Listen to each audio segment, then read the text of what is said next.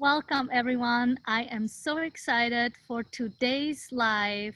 We got Cindy Olsen back today after she talked yesterday about nature and how it can make us feel full and energized, and how to eliminate a lot of these illnesses that causes us being inside a lot and behind screens.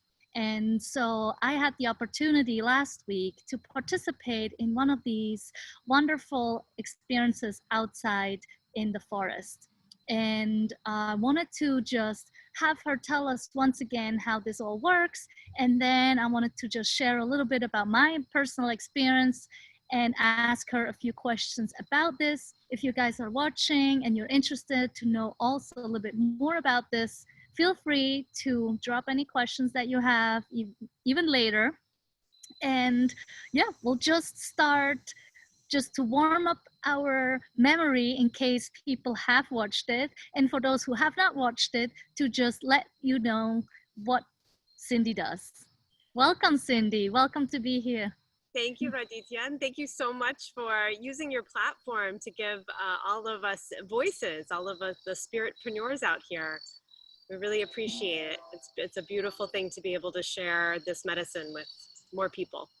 Oh, thank you. I appreciate it too. Well, yes, share with us, what's this experience? How is it built?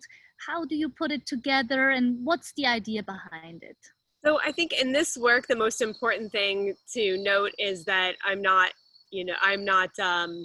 making it a comfortable platform. I'm creating a comfortable atmosphere for people to access nature, because what's been happening over the last 300 years, as we've become more and more tuned into modern society, we've begun to tune out of our connection with the natural world.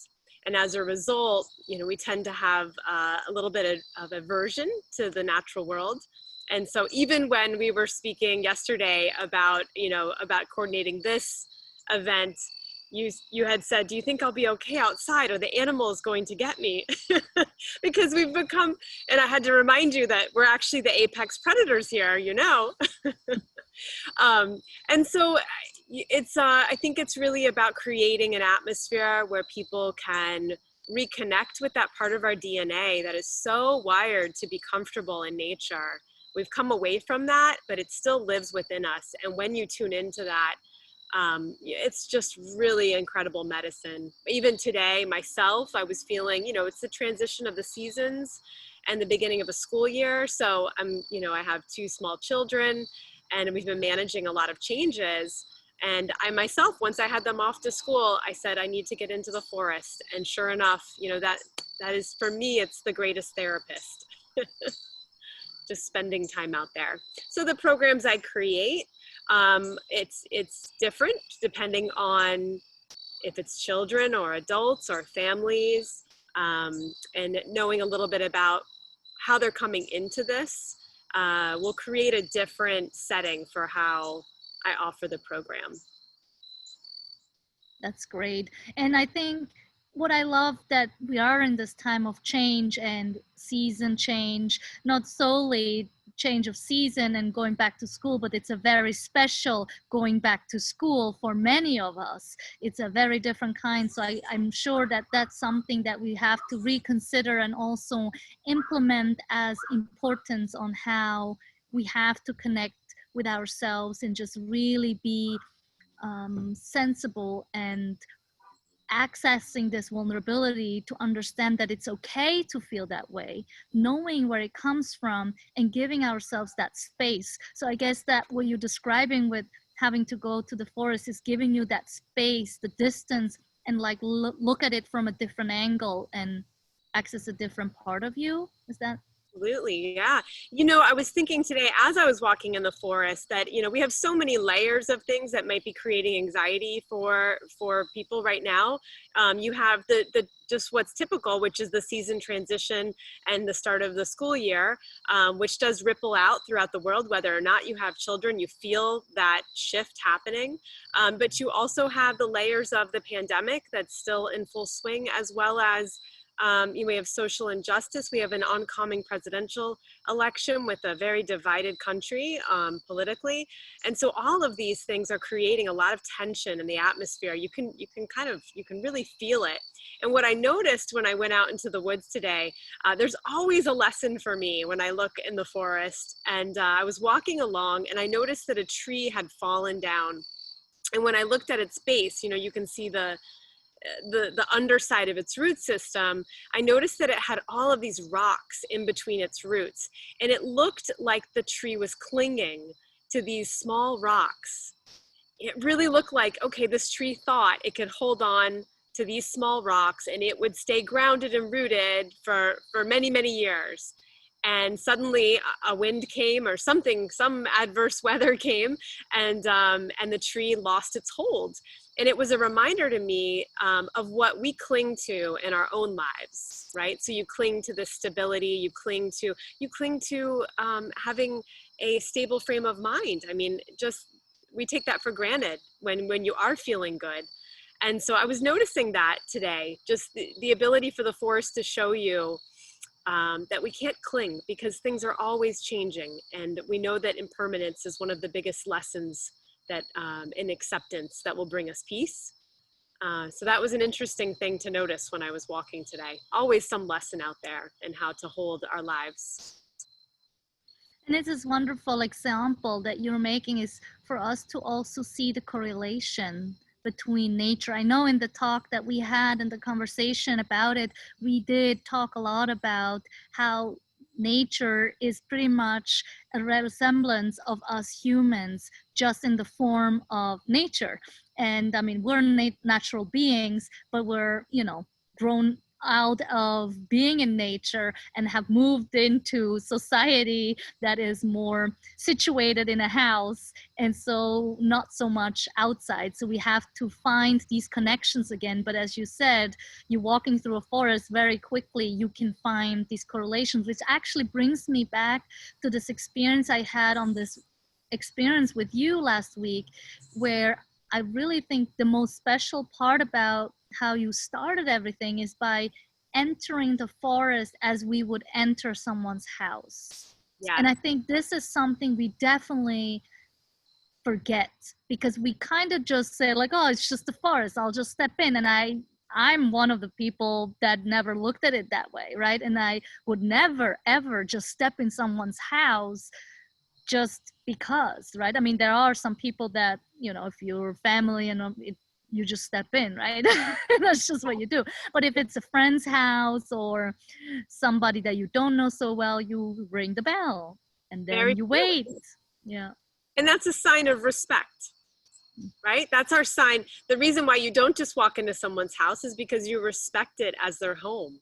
And so when we approach nature with that same level of respect, there's a shift in every footstep that happens after that point. It's really, not only is it the home for so many living beings, but the actual ground that you're walking on is the layers and layers of ancestors that were there before. We all come from earth, and we'll all be back in the earth again. And to recognize that makes the fact that we are the ones walking on the earth right now so much more special, that we're the ones getting to live right now. And then looking around you and seeing all the other living beings, whether they're tree beings or insect beings, knowing that we are all sharing an embodied life right now is such a special thing. When you really breathe that in, you will never feel alone again. And what's interesting, I mean, today we talk about the psychology, about how our mind and behaviors function and how they, depend on how we look at certain things is how we act on them. We had Ridwan Foxhall talk about how she has camps for kids who then, learn how to problem solve with each other, and not everybody gets along. And so you learn a little bit more about how to respect each other and respect each other's opinions. And so I wanted to put this together a little bit in relationship to the conversations that we had today, to also see what kind of conversations we can have with nature. Maybe not outspoken ones, not that like we're again, like screaming out would probably be the wrong thing to do, but like how do you communicate with nature when you go out into the forest? Is there a specific way that you communicate? So I have many friends who communicate on a much on a, I don't want to compare our levels, but I would say that they literally speak to the beings, and I think it's remarkable and beautiful. It's amazing. I would say for me, my experience it started off with just a lot of coincidence. You know, when you're out there and you're feeling a certain way, and then something happens, and you just think, that's interesting. It's almost like the universe knew I needed this sign at this moment. And then I think the biggest thing is opening yourself up to receive messages. Probably you sort of know what you need to feel good and feel better and feel balanced in your life.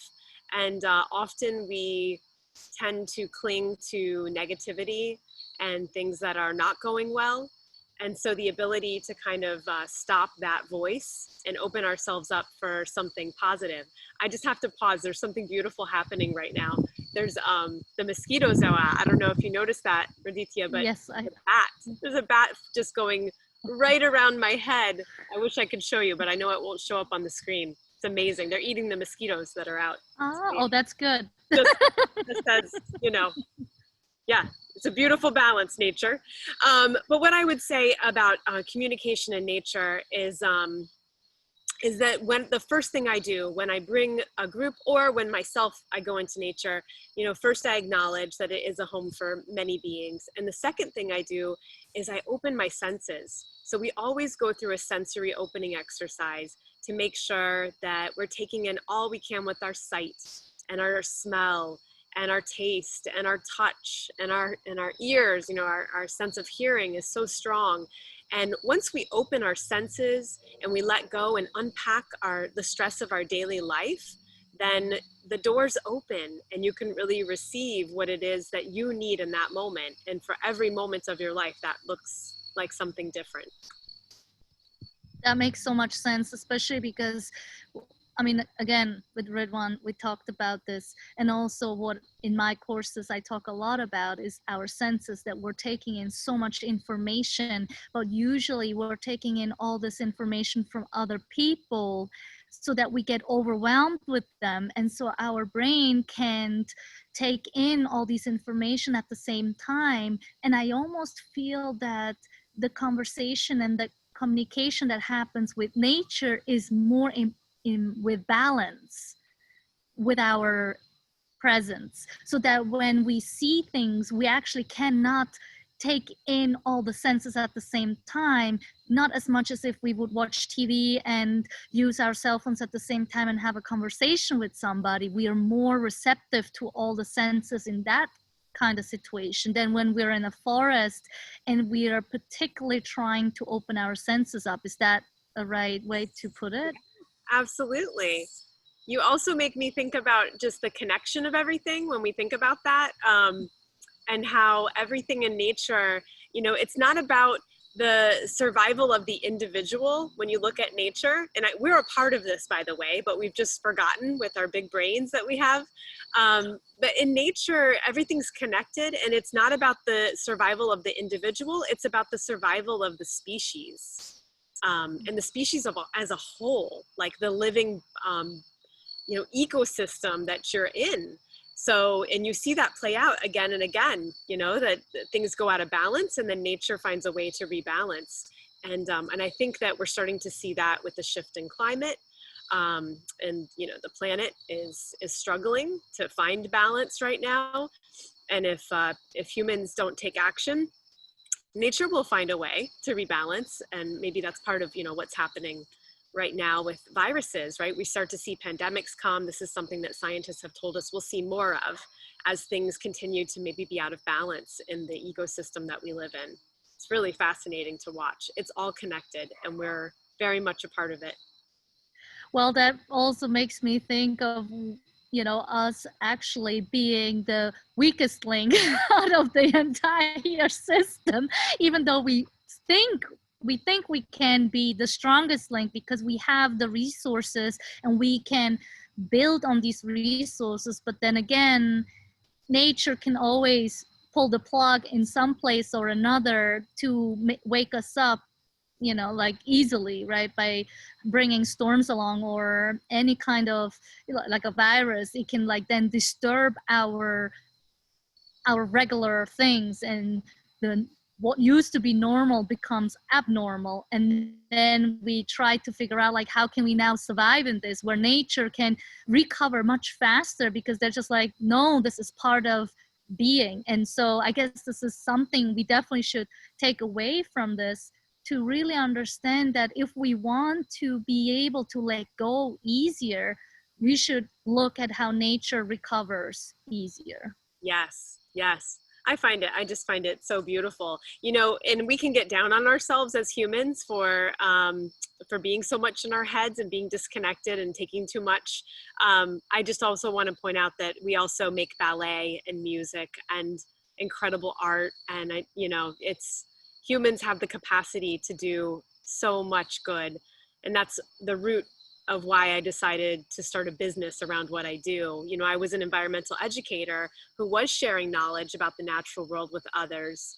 I felt like I wanted to be able to cast a wider net, because in order to create, a love of the planet in a sense that will protect it and feel like it's something that's special, we have to know it. We have to know it first to love it. And then if we love it, we'll protect it. And so that is the goal of all the work I do. That's wonderful. And I appreciate that you brought up that we as humans have just as much of beautiful skills and things to bring to this world, because I think about the speakers on the summit, and we had Lara Friedman Katz yesterday here, who is a dancer and who just embraces dance so much. And you started off by talking about dance, and it's literally another way of communicating. We had Eva Espinosa here, who's talking about hair. That also is like a profession that people usually undermine to the strength that you could have in this kind of profession, and to really showcase that we should look deeper to the superficial and traditional. And I know you talked about this as well, about the traditional path that you took originally, but then realized like I don't have to do something traditional just to fit in or to do what people think we should be doing. Because if we all would follow more our hearts and what we truly believe to be the right thing to do, then this world would be a much healthier place in the first place. Doesn't have to be nature all along, but that should be part of it. But again, including ourselves in it will then make us be part of nature anyways. Absolutely. Yeah. Well, Cindy, I don't know if there was anything else that you experienced. I mean, for me, this walk into the forest for the first time in this way that you introduced, was a very special way for me. I mean, one, it's the first time I actually met you in person, and that made it, of course, very special indeed. But then also to witness the forest in a new way. As I said, this entering into the forest was a very special way to acknowledge nature, and then opening up our senses on this path. And as you mentioned, it's like a short path, right? It's not like we're going to walk miles and miles. We're actually covering a little path, and we could probably stay there for even longer, I would think, until we get to a seated place, and to even get more in. For me, I kind of found it very short, too short, even though it was a short path, but I felt like, I didn't even have the chance. The thing is, the program that you came to was specifically an outdoor meditation, as opposed to the programs that I lead that are a little bit longer and get a little deeper into the actual walking into the forest. But the meditation that you attended is interesting too, because meditation all began out in the forest. Like, Buddha wasn't in a studio, and neither were his students. So it's really fascinating to take it back outside and see the shift in people and see what they notice and transform in front of your eyes when they're able to breathe and let go under the trees.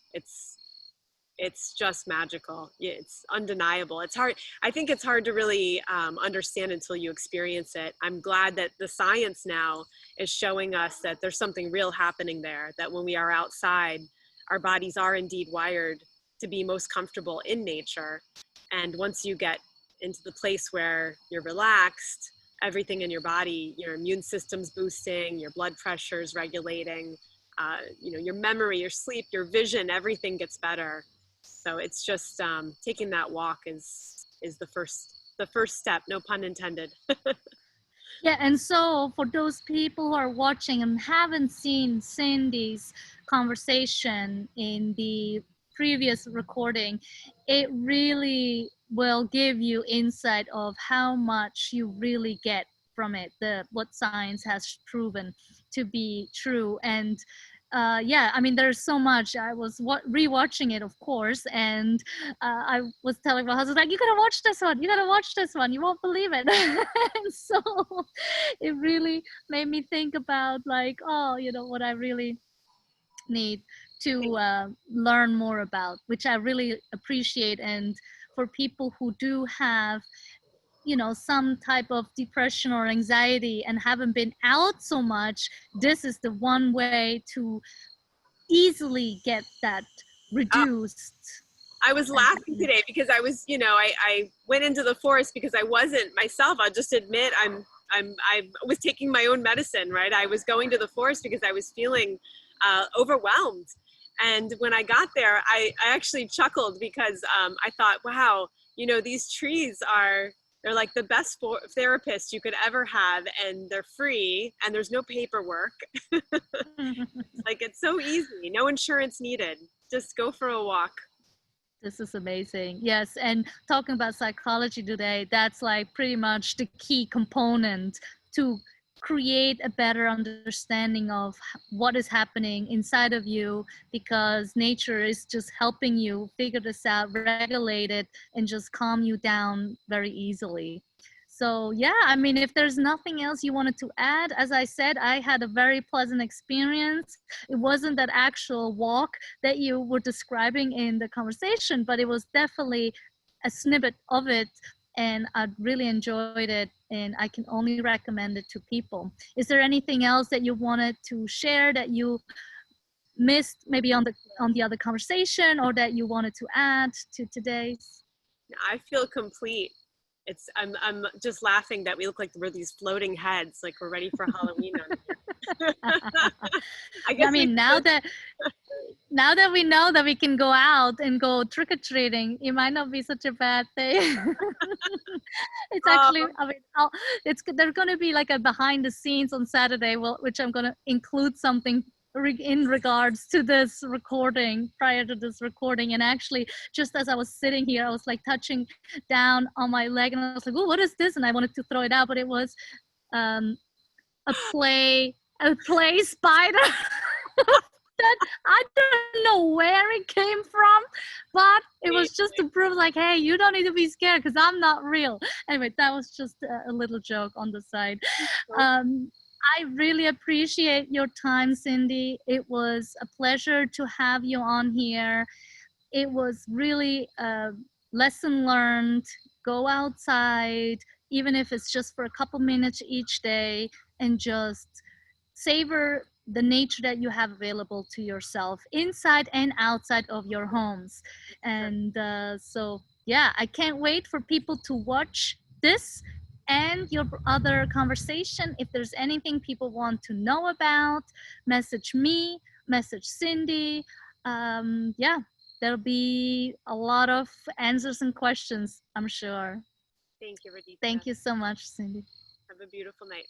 You too.